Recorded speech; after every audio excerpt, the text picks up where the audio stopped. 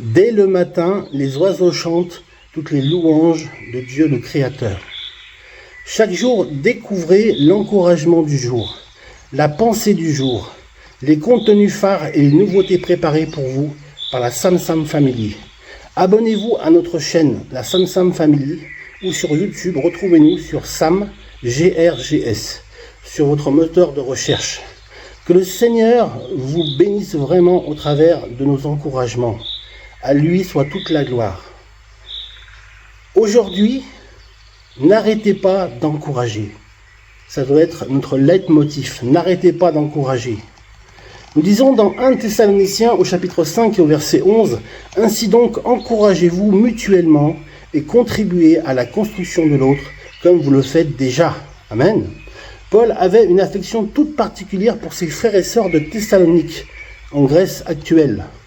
Et elle transparaît dans chacun des 5 chapitres de sa lettre. Il était récompensé de constater à quel point la communauté appliquait les valeurs phares et les vérités bibliques communiquées que Paul leur communiquait, tels l'amour, la foi, la communion fraternelle et bien sûr l'encouragement.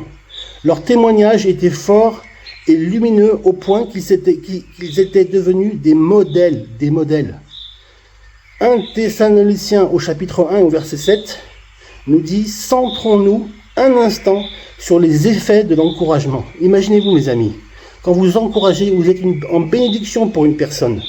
S'encourager veut dire accompagner et se soutenir mutuellement, être présent et fortifier, motiver et rétablir la direction au cas où celle-ci serait devenue incertaine. Remettre la bonne direction, remettre les choses dans le bon sens. C'est cela, s'encourager. C'est aussi considérer la personne et la remercier pour qui elle est et pas forcément pour ce qu'elle a.